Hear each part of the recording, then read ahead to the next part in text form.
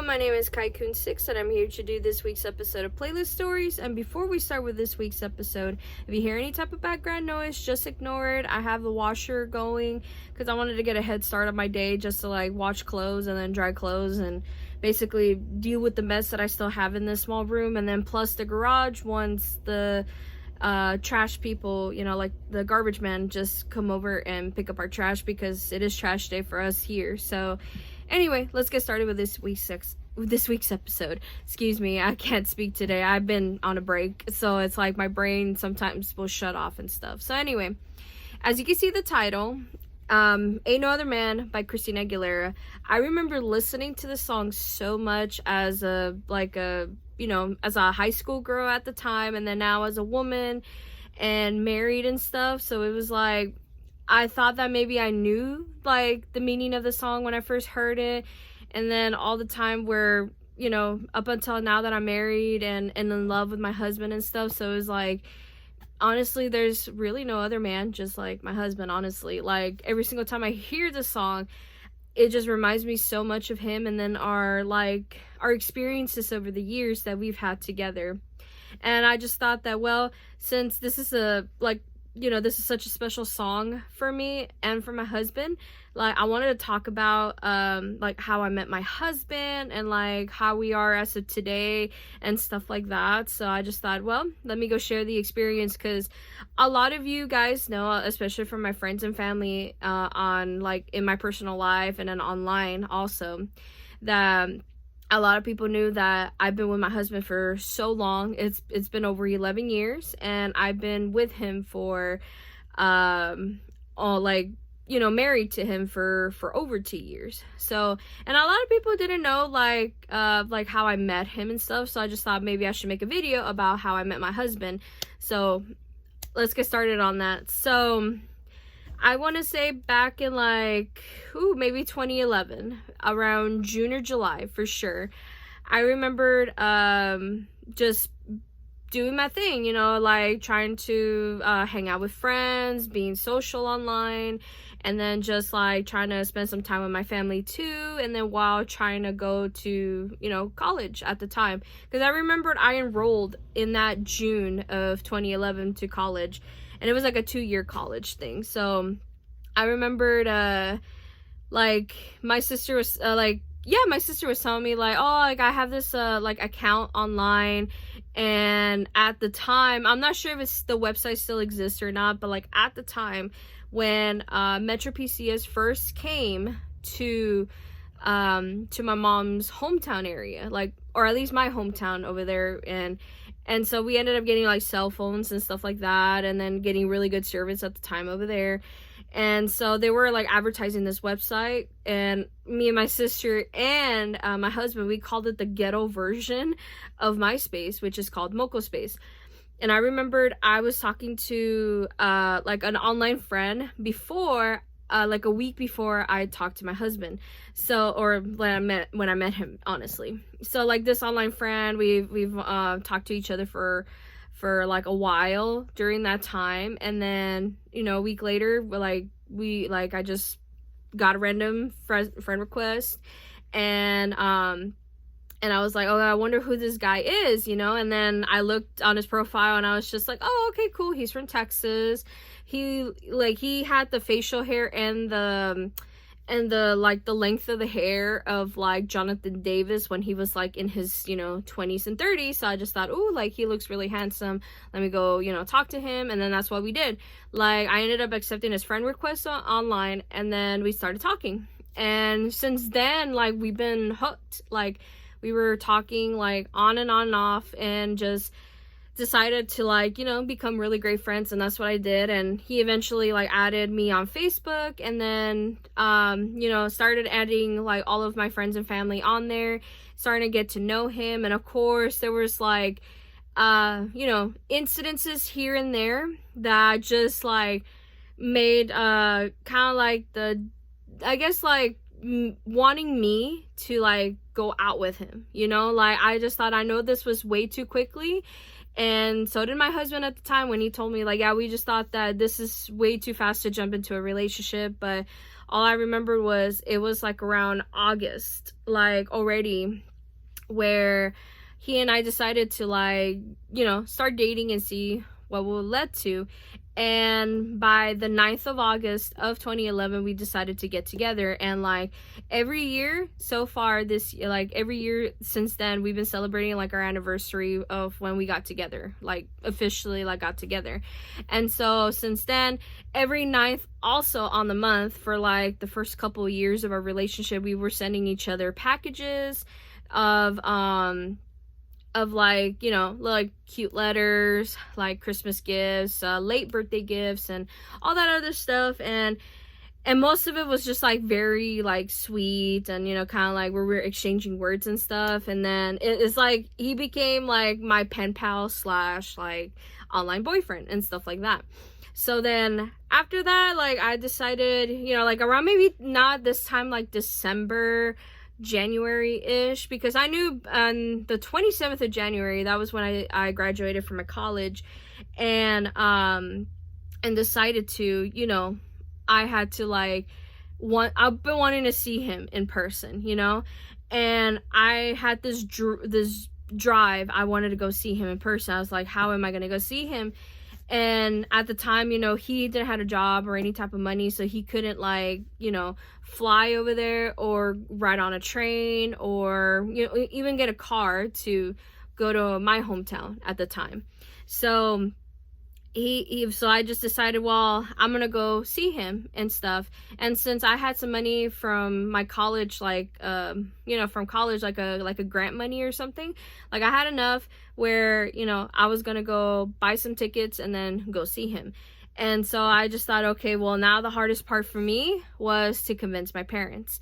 And so I remembered at the time my dad said no to me at first, and then my mom too. And then eventually I kind of like whittled them down over time up until like, I don't know, maybe around the week of my birthday. That was when I like, it just fell into place where I eventually bought Amtrak tickets, and then my dad finally said, okay, you can go, but remember, you're going into a new state, into a new area that you're very unfamiliar with, and if anything happens, you could always come back. And like at the time, at that train station, especially in Mineola, Texas, they were running the trains like every 3 to 4 hours, I believe. So like, for an example, like if I arrived there, like at 1 p.m. and, there was nobody else, or they're just waiting for the next train to get catched on, we won't be able to board till like maybe 4 or 5 p.m. And I just thought, well, that's not going to be a big deal anyway.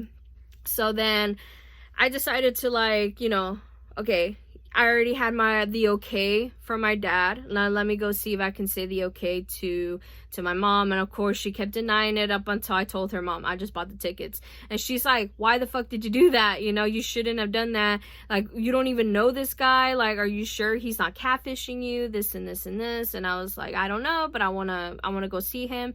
And if it's like, if he does catfish me, I can just, head back on the train and then, go find another guy that I will be dating or something. So anyway, so I eventually came the time. It was already like February 26th, and I remembered my mom waking me up early in the morning. I had all my stuff packed from the day before, and I was gonna go on the train, on the Amtrak at the station over there in Ontario, California.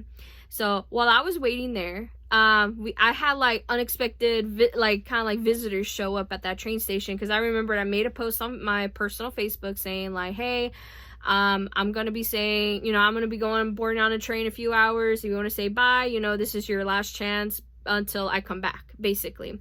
And so a lot of my friends were kind of like upset me leaving. Like, I remembered an old friend of mine, Spark, just wanted to like break my legs, basically. And then I was like, no, you don't have to break my legs, like, I'll come back. And he's like, well, you better come back and stuff like that. So he was threatening me at one point, and then a lot of them were kind of like, supportive, and they were like, okay, well, we'll see you when you come back, excuse me. And so and then at one point, like probably like an hour or so before the train actually showed up and started like boarding these people in, including me, with and checking the luggages and stuff. My friend Ace and her brother and her dad came over to come say goodbye to me, and I went, okay, well, thank you for showing up, and thank you, this means a lot to me, and stuff like that. So I ended up talking to like her brother, and then, you know, herself, and then and her dad, and, you know, just trying to, I guess, kind of like say goodbye to each other, and then trying to make some small talk before the train actually did show up. And then the time came for me to board the train, and I remember it was already like 9 o'clock in the morning already. And so I boarded the train, and I remembered the look that my mom's face had was like, oh my gosh, she was like crying, and she didn't want me to go, and she was trying to convince me not to go, and I said, I have to go. I need to know if this guy is for real. Hopefully I'm not getting catfished and this and that. So then I ended up boarding on the train, and I was on that train for 2.5 days.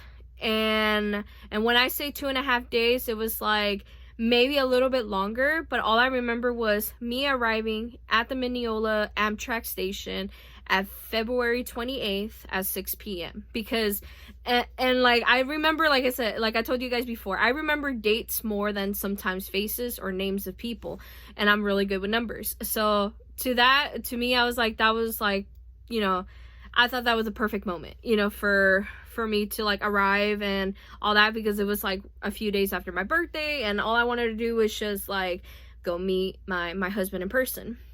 So then I ended up like packing a lunch also. I remember I ate some lunch, and then by the 28th I ran out of like snacks and food and stuff, and then I decided, you know what, I'm gonna be booking a reservation for like a dinner slot before I did arrive to Mineola, because apparently there was like this stop in San Antonio or something like that where like it took not a lot longer, but it was kind of like an expected time for them to switch, you know, trains and other stuff, and we were going to be ahead of schedule.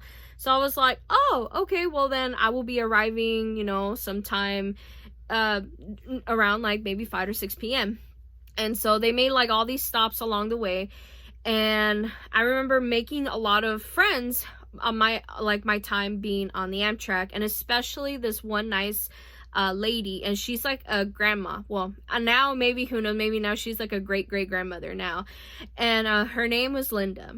And like all I remember something about her was that she told me she's from El Paso, and that she owns one of the largest ranches like in all of El Paso, and like she has like her kids, her grandkids and stuff like that helping her out on the ranch, like, you know, the usual, like keeping up with the stables, taking care of horses, cows, all that stuff. So she was telling me about her life while I was already like on my way to, you know, going to this dinner slot for myself. And so I ate, and then, you know, I exchanged a few words with her, and along with other people that were sitting like in the same table as me and Linda were. And one guy wasn't really talking that much. Like all I know is that he was like from Chicago or something, and the other one that was sitting right across from the guy from Chicago was a guy from Michigan. And he said that the only reason why he was taking the train, it was because he works for like one of the biggest like truck companies or something, and so they pay for his travel and stuff like that, and he thought it would be easier to take the train to go like back home. And so I was like, that's an interesting job that he has, you know. And he's like, yeah. And he was like, well, I'm always up all the time, and I'm drinking like coffee like 24/7. So he had like a hot cup of coffee in his hand, and I was just like, oh, that's really strange. But they were like, seem really nice people, right? And especially Linda. And so by the time they asked me, like, because everybody was sharing their life experiences of like, oh, why are you in the train for? Like, oh, that's really cool. And then by the time it got to my turn to tell them like, why am I on the train, I remember the looks on these people's faces, especially Linda, like they were very supportive. And I was like, oh, thank you so much. Like I know you don't really understand because y'all are a little bit older than me, but like, and since you guys travel around a lot, so I don't know how, you know, I don't know if you trust people enough, but like I have at the time my husband, like you know, online and stuff. So I didn't know what to expect from this. And so I remember Linda being so supportive, and she was so nice enough that before it was like the 15-minute mark. I remember it was the 15-minute mark, and they said, "Oh, we're about to arrive in Mineola in 15 minutes." And I was like, "Oh shit, I need to like pack my stuff. I need to get ready and then, you know, be at the like doors of the train." And so Linda was like, "Oh, don't worry about it. They always have this roll call and stuff like that. So like, well, like I just want you to sit down for a minute, sweetie." And I was like, "All right, sure."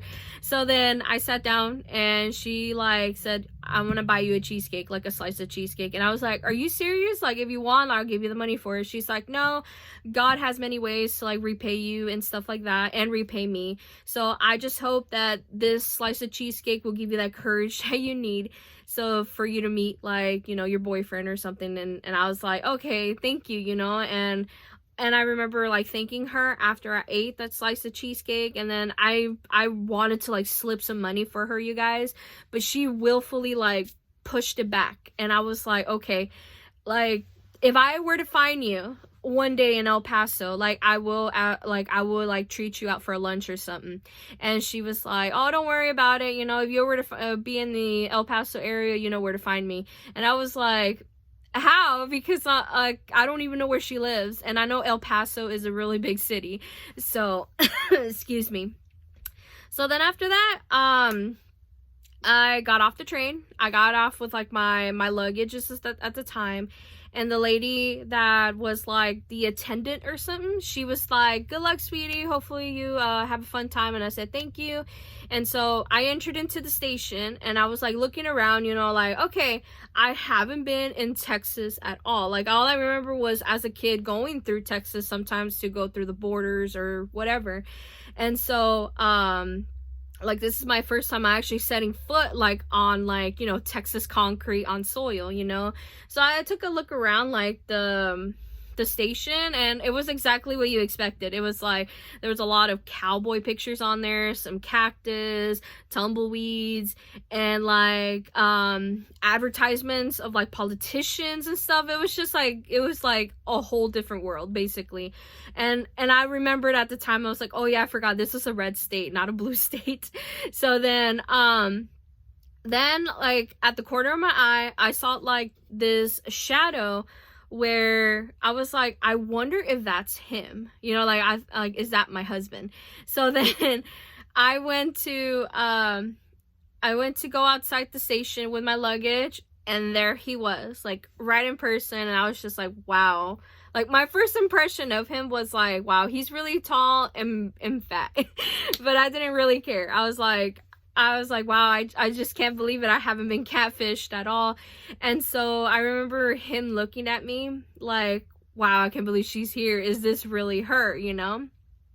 And I remember hugging him for like a few seconds, because we were still kind of like awkward and shy of each other. I mean, come on. We've been talking to each other at that time like 6 months nonstop over online, and we barely even called each other on the phone. We just did a lot of text messages and stuff like that. So, you know, we never seen each other face to face up until that moment. But we never even FaceTimed each other or did a video call or anything. But like we did exchange like photos, like selfies of each other, and to send it to each other just to know like what we actually look like and stuff like that. So that was the idea. And then I was like, "Wow, you look really different in your photos," and stuff like that. And he told me the same thing.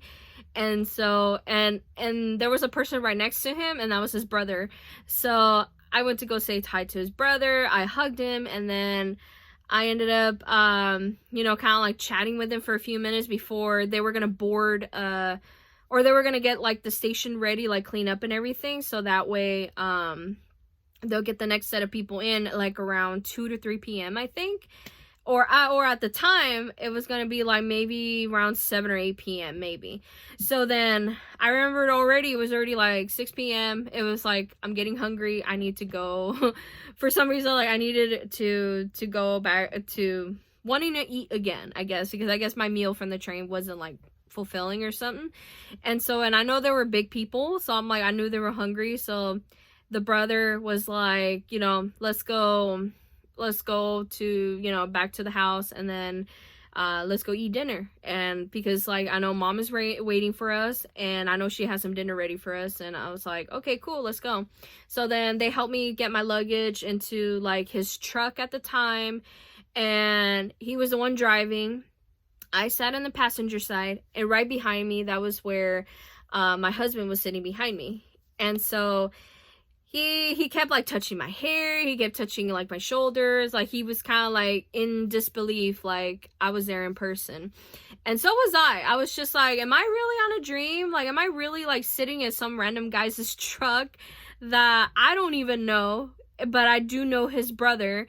And like, am I really here, basically? And so I remember like during that, because from Mineola to Quinlan, it was going to be about an hour of a drive. So we had a lot to talk about during that hour drive. So he was telling me about like, you know, him and his brother was telling me about like hobbies they like, you know, they play Pokemon, they like to collect like really oddities and stuff like that.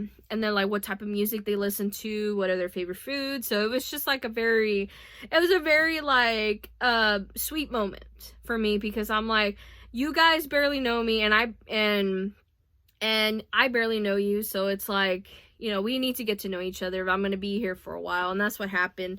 And so I remembered on the way to, you know, their home, I had to call my mom. And I remember I called my mom saying like, I just arrived, I'm just gonna be going to eat dinner with the family and see what happens. So my mom's face, like I remember her voice, I would say her voice was so shocking. She's like, so he is real? And I said yes. And I'm in a truck right now, I can show you some evidence, and like I'm just gonna hang up on you and I'll send you some pictures. And so she was like, okay. And then so I ended up sending her like what the inside of the truck looks like, and of course, just in case, I took a picture of the license plate, the look of the truck, everything. Like, and then I ended up taking photos of the house that they were staying in at the time. And at the time we called it the double wide, because it was a double wide mobile home. And so I was like taking photos just in case if like if something happens to me, at least they'll find the photos, and then my mom could report me missing or something like that. So anyway, and it's really funny too, because like that house no longer exists anymore. All I remember was his sister sold it, and the property is still there from what I remember, but it's kind of like an empty lot now. It's just full of grass and whoever else, because I remember not that while ago we went to go drive down there from that old road, from that where the double wide was, and it's no longer there anymore. It's just grass, and I'm like, wow, that's so crazy. But anyway, so I upon arriving to this home, I remember walking in through the doors, and I was like, wow, there's a lot of stuff in the walls. Like I remembered, like, because they're pack rats, so they've packed a lot of stuff on those walls. They really did. They hung up a lot of stuff. And then to my right was the kitchen area, and sort of the dining room area. And I remember looking up, and there she was. It was my husband's, you know, mom, and she was on the phone with her boyfriend at the time. And she was like shocked. Like I remember her face when she looked at me, like when we were like kind of like, you know, with eye contact. And she was like shocked, and she was just like, you know what, Randy, I gotta go. And Randy is like now her husband. So it was like, yeah, I gotta go. Like, you know, like I just need to talk to you later. And it's like, why? What happened? It's like, she arrived. It's like, no way did she arrive. Yeah, she did arrive. So then it was like, okay. So then she went into her bedroom, and I think she was just talking to him a little bit more before she did hung up, so that way we can have dinner together. And that's what we did. We ended up having like a really like nice sweet dinner. We were trying to get to know each other. Like I introduced myself to her, and like I told her where I was from, like how old I was, basically everything that you need to let her know, like who I am, basically. And so she was like kind of excited, because like all she's ever been surrounded by was just guys throughout the entire time she moved to Quinlan, because at that time they were coming in from Garland. They were like living in Garland for so many years, and then upon back in 2009, my husband's dad passed away, And so they've been struggling with like staying in Garland, so they decided to move to Quinlan, and that's what happened. And so they were kind of like settling into this like double wide home that they had. And so I was like, okay, well, now it became my home basically. And I remember that night that night I went to like kind of like say goodbye to, like, good night to everybody basically, because they were gonna go wake up early in the morning to do some chores or to to do like their daily routine basically. So then I was like, okay, well, am I gonna have my own bedroom? And I'm gonna call him by his real name, but I like, he has a first name and he has a middle name, and I call him by his middle name a lot. So Blake was telling me, like, no, we're gonna be sharing a room together, and I was like, oh, okay, like, okay, but not on the same bed, right? And he's like, well, I can't have you sleeping on the floor, right? And I just like, okay, well then don't do anything weird or anything like that. And so I remember like he gave me like a tour of the house a little bit before we went to bed, and then once we got to like the end of the tour, which was in his bedroom, like he was just completely shy. He was just telling me like, I just can't believe that you're real. Like, I just can't believe you're here. And I said, same here. And so after that, we were like getting ready to go to bed. And he told me, you can sleep on that side of the bed and I'll sleep on this side. And I was like, all right, cool. So then we were kind of like laying down there for a while and we were talking. And then of course, one thing led to another. We just decided to like, be a little bit friendly towards each other. And that was it. That was the end of the night. We ended up going to sleep. And so, woke up the next day, starting like, just basically chores to help them around the house. I even helped cook at one point and all this stuff. And then from then on, like up until that February till I want to say maybe March or April or maybe around May. I want to say around May. Till then I was helping them out, like also financially, like getting groceries for them and getting like, other some stuff together just to send some stuff back to my family for like for like an upcoming birthday or something. And then all of a sudden I got a phone call from my mom saying that what my sister wants me to do was like come back and see her graduate and then decide whether or not I was going to stay, living with them, or not come back to Texas. And I was like, honestly, I want to move back in with you guys, but my condition is like, I want to bring Blake with me. My mom was like kind of like hesitant on that, but she said, you know what? Like if he's gonna be coming over there, we do have some rules and conditions, like he needs to go get a job and stuff like that. And I just said no problem on that. And so I remember even like phone calls from my dad too, was just telling me like, how was it over there and stuff. So like when I told him about I'm gonna bring Blake back with me and stuff like that to California, and he was very hesitant, but he was like, you know what, like, since you went out there by yourself to go see this person, probably he's not that bad. And I said, no, he's not, honestly. Like, I've gotten to know him, and then like me living with him also, like we just got really comfortable with each other. Like it was like surreal, honestly. It was so surreal. And so here came the time, was me going back to California with Blake. And so I remember we packed up all my stuff, and I did remember leaving a few stuff behind, which I did regret it at the time, because once they moved out of that mobile home and they gave it to Blake's siblings, and then they sold it, like there was some stuff that never even survived there. And I was like, that it's okay. But still, there was some stuff that I really wanted to bring back with me, and especially like me moving here. But oh well, that's in the past, and I forgave him and all that stuff. So anyway, I ended up moving back to California with Blake, and we stayed there for like 6 years with my family. And he ended up getting a job. He ended up getting a license, a car, even though it was a shitty ass car. But nonetheless, he did got a car, and so did I. I ended up getting a car. I ended up getting my license too. And we were kind of like, it was like step by step by step. We were trying to get our lives together, and then immediately, like, my brother ended up hating him, of course. And after an incident that happened at the house too, that was like what kind of like was a make or deal break. Was like, yeah, there's no way my brother was ever gonna get along with him anyway.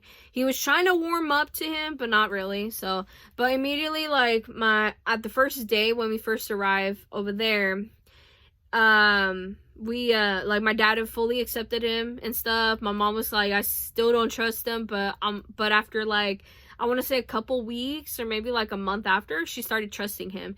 And then of course my sister also was like very hesitant, but like after talking to him for like a few days, she started like warming up to him. And then they get into arguments all the time, even as of today. Like in the group chats that I have with Blake and my sister, they're always arguing towards each other, and it's just so funny to see that.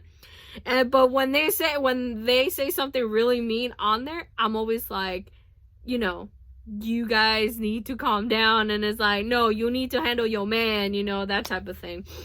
So anyway, after that, we had like a very wonderful 6 years living with my family, of course. He ended up meeting all my friends. He ended up meeting most of my family over there, and they loved him. And some of them didn't really care for him that much, which it didn't really matter. The real ones, like the real friends, were the ones that accepted him for who he was. And like, you guys are legends for accepting him for who he is, especially over the years that that you've known him. And of course, there was a lot of experiences also along the way where me and Blake it was kind of crazy. He ended up meeting like my previous like ex-boyfriends, like Asshole and Pablo. He ended up meeting them in person. He ended up meeting like a whole bunch of my other friends and stuff like that, including the dependable black guy. And since then, like, he felt like he was accepted, because throughout his entire time when he was in Texas, he said he had like friends that he trusted at the time. But then after years of like them doing drugs and doing whatever they wanted to do, it was kind of like they all separated. And then of course, when he chose me over his friends at some point in his life, like, it just torn friendships apart. And I know one of them is still trying to get back into his life, and I have met her, and she's very, very nice. She really is. And not that long ago, like, she had her birthday, and then we forgot to give her like a birthday gift. So we're kind of like in the midst of like seeing if we can like make plans with her so we can hang out with her, But anyway, so I've had like a lot of like my in real life friends meet him, and they love him and everything. Like, they just have a lot of stuff in common with Blake, and for that, like, I'm just grateful for that. So then after that, like, after that incident that happened between my brother and Blake, like, and my sister, of course, that was involved, it was getting a lot of tension in the house for sure. And we were like, you know what, we need to fucking move out. Like, we really do. Because I thought that maybe he was going to get kicked out. And then I was worried for his safety and stuff like that. So then after that, I ended up like talking, or like we went on vacation for sure.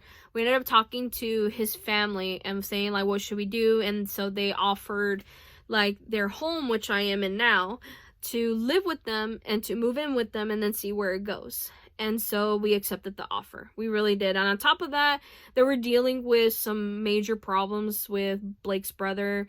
And so we thought that maybe, me and Blake will actually help out. And so we did. And we kind of regret it as of today for helping him out anyway. And not just once, twice. So after that, we ended up moving out in May of 2018. We moved back here to Texas. And then we ended up moving in with his family along with my friend Choji, because I remembered at one point we did like a little small get together. I did ask my friend Choji to see if he wanted to move in with us or to help us out with like, Blake's brother and stuff like that. And so he gladly accepted. And so he moved in with us and helped us with a lot of stuff financially and stuff like that here. And then eventually he ended up getting a job, of course, and then Blake got his transfer from his job. And so then for me, I'm like, okay, I need to go get a job. And I remember I applied to Amazon, and since then, like, I remember I worked there for a few months before I decided to, like, quit, because a lot of the departments that I wanted to work in, they were getting, like, denied. And, like, I remembered I wanted to transfer at some point. I don't remember if it was Farmersville or Farmers Branch or something like that. Like, I wanted to transfer somewhere else, and they wouldn't even let me. So I just said, you know what, that was my time to go. And during that time when I was working in Amazon, I was dealing with a lot of mental health issues, for sure, because his brother was not making it any better for any of us. Like, I remember we were just so stressed out financially, and for helping him when it came to his car breaking down, to taking him to his job or to and from his job. And then it was such a hassle. It really was. And, like, I just remembered talking about it with Blake, saying, like, you know what, like, I don't know how far this mental health issue is gonna be, but, like, you need to do something with your brother. He needs to move out. He's already gotten a job. He already has a vehicle, and he's doing better for himself for now. And so we need him to leave, basically. If not, then I'm leaving. Basically, that's how bad it got. And all I remembered, Blake was just like, you know what? Let me go talk to my family, see what happens. And so at one point, we all kind of, like, got together to talk, and we decided, you know what, we need to, he needs to leave. And then so he did move out, and so he ended up moving out. I don't remember what time. I don't know what year or whatever he moved out, but, like, I knew it was, like, a few months after me and Blake actually moved into this home. So, excuse me. So then after that, like, it was just me, Blake, and my friend Choji. And so we dealt with it for, like, a few more months. And then at one point he went back to California to go visit, like, his family and friends. And then he came back. And then he decided to go live with his family, because he couldn't get the hours that he needed from his job at the time. So it was like, okay. So then, we said our byes to him, and so he ended up, like, living with his family after that. And then so it ended up with me and Blake by ourselves. And since then, we've been by ourselves. And then, whoo boy, we had, like, a bunch of adventures, for sure. Like, we ended up, like, trying to try new foods. We ended up going to new places. Even at one point where we ended up making car payments for a car together. And then, like, our other vehicle that we came with to Texas, which I don't know if I mentioned it to you guys or not. We drove from California to Texas, and my friend Choji had his own car, and me and Blake, we had our own car. So we drove from California to Texas, and that took, like, a few good hours, and of course maybe a couple days, because I remember we stayed in 2 nights or one night in one hotel and another night in a different hotel. And so when we arrived there, we were very happy, and we were like, yeah, let's go stretch our legs and finally actually rest. And we were staying in the living room at the time. Like, it was just nuts. So then after that, he ended up getting the living room to himself, and then me and Blake, we ended up moving into the main bedroom into this home. And then since then, we've been trying to clean up. We've been trying to rearrange some stuff. And of course, I made a mess again. So now I have to, like, go clean this stuff up again. Even as of today, I'm still dealing with messes and stuff. And then after that, like, just things really went well for us. Like, we thought that maybe our mental health were a lot better. And so at one point we had to have his Blake's brother move in with us temporarily. Then we kicked him out again, and it was like the most weirdest time also, because when he moved back in with us, it was like I had to go to my dad's funeral, and that was back in, like, August and September of 2020. And all I remember was Blake telling me that he had to stay with them for, like, a couple nights, and I said okay. And then after that, like, he had enough. Like, he refused to help Blake with anything in that house. And then I remember coming back home to a really, really messy house, and then seeing, like, the mess it was in. It was like it angered me. And all I remember was, how come he didn't want to help Blake at all with cleaning the house or anything? So then after that, I decided to kick him out, and it was like around October of 2020 when he just left. I was like, I'm not gonna deal with him no more. And since then, he has not moved in back with us, and I am so glad for that. Honestly, now he's on his own. He has his own job. He may not have a car, but at least he has transportation, so that's all that matters. And so in our current situation now, like, we're doing a lot better, even though we do have a mess around the house, but we are doing a lot better mentally and all that stuff. And we're just happy. We're just really happy because, like, we got to experience, like, a lot of what, like, other couples have done, where, you know, they got their first pet together, or pets, I would say, because we ended up getting Luna at some point, and then, you know, we had to give her away to a friend of, like, Blake's, and then, you know, and then we ended up getting a cat and another cat, because our first cat together was Dio, but like, it just refused to listen to us no matter how much, like, training we had and patience. So he decided to, like, you know, leave our house and then get adopted by another family that moved away from us, and that was fine.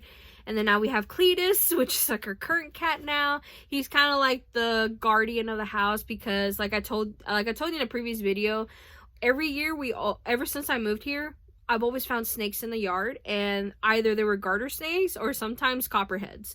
And so I just thought, those are way too different species, like two different types of snakes, and I don't want them in my yard.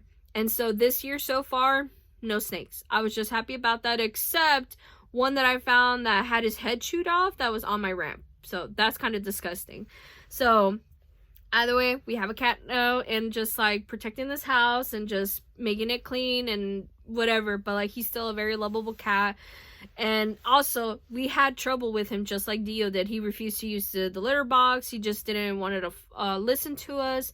And so we thought that maybe him being out there in the yard for the meantime before the cold comes in, and we could have him settle onto the porch. He refused to stay in the porch, so then he ended up you know, just staying outside, just dealing with his business. And then also I had, like, my childhood dream wish come true, basically, where I've always wanted to own a guinea pig since, like, when I was in the 4th grade. And because of that experience that I had in 4th grade, I've always wanted one, and that came true thanks to, like, Blake's friend's brother, basically. And I ended up just not getting one but two, and they were brothers, and I miss them so much, especially the one that passed away like a few years ago. And his name was Peanut, and then the other one, his name is Shadow. I've had Shadow the longest, and I've had him for so many years. And I don't know what happened. Just one day, he just decided not to stay in his cage. He started, like, opening up his own little door. He started, like, wanting to run around the house more. So I let him do what he wanted, basically. And so at one point, he got curious. He got on the porch. He didn't even stay that long. It went right out the front door, you guys. He really did. He's like, I'm not coming back into this porch. And no matter how many times I have lured him back and stuff, he refused. So now, as of today, I still see Shadow there once in a while. And he's also, like, the guardian of the house. He actually does protect the house. And believe me, you guys, I wish I could, like, record it one day for you guys. But once in a while, whenever I head outside to go check up on Cletus, like, maybe once or twice a day, just to see if he has enough food and to pet him and stuff, I always find patches of fur, like, just not, like, big, like, hairballs, but, you know, like, little ones like that. And, they're sometimes all over the yard, and I always have to clean up, and I wondered, where does this fur come from? And I noticed, like, the color and the sheen of the fur, it is from my cat. Apparently Shadow gets into fights with, like, these other animals, like, they're in the yard, especially with Cletus, and he's just biting the shit out of the cat and maybe raccoons or possums or even dogs in the neighborhood. Like, this little guinea pig knows how to defend himself. And I remember I never taught him that. And I'm just like, why is there so much fur in my yard? And I always had to clean it up, like, every couple days. And now I know why. It was because, like, I've actually witnessed it myself where Shadow has actually, like, you know, fought with Cletus, and then bit, you know, a chihuahua at one point that belonged to a neighbor, and then another cat in the neighborhood. It was just, it's so strange. I'm like, how did this guinea pig know how to defend himself? It's just so weird. I never taught him that, and not even his, like, previous owners taught him that. It's just so weird. But anyway, that's all I'm gonna say for this video. I know I've been rambling on. Like, I actually see the time. It's almost an hour in this video. But yes, all I know is that this song, every single time, it just reminds me of Blake and then my experiences that I've had here in Texas and in California with him. And you know, and just this upcoming like year, like this upcoming like anniversary we're gonna have on the 28th. And that was another thing I need to add too, never mind, where every 28th of February, since that was the day that I met him in person, that was the date also that we decided to get married on that day. So now, like, this upcoming like February is gonna be 3 years with him, and then the upcoming August 9th of like 2023, it's gonna be 12 years of me and Blake being together. So like I said, I'm good with dates, and sometimes I'll never forget, maybe I'll forget sometimes, but most of the time I just keep forgetting, where it's like, wow, time has passed by really fast for us. I can't believe it's just going to be another anniversary for us. So that's what we do. We do celebrate like the day we got married and met each other in person, and then the date when we decided to, you know, be in a relationship. So anyway, I'm gonna go now finally, so that way I can add that little bit of information for y'all. But I hope you enjoyed this week's episode. I am not sure what am I gonna upload for next week's episode, unless there's like a random song that plays onto my Spotify playlist, and see if a certain memory pops up, and then I'm gonna be talking about that said person. So anyway, I'm gonna go now. So hopefully you guys have a lovely day and a lovely week, and then maybe I'll see you in the next video. Okay, bye everyone.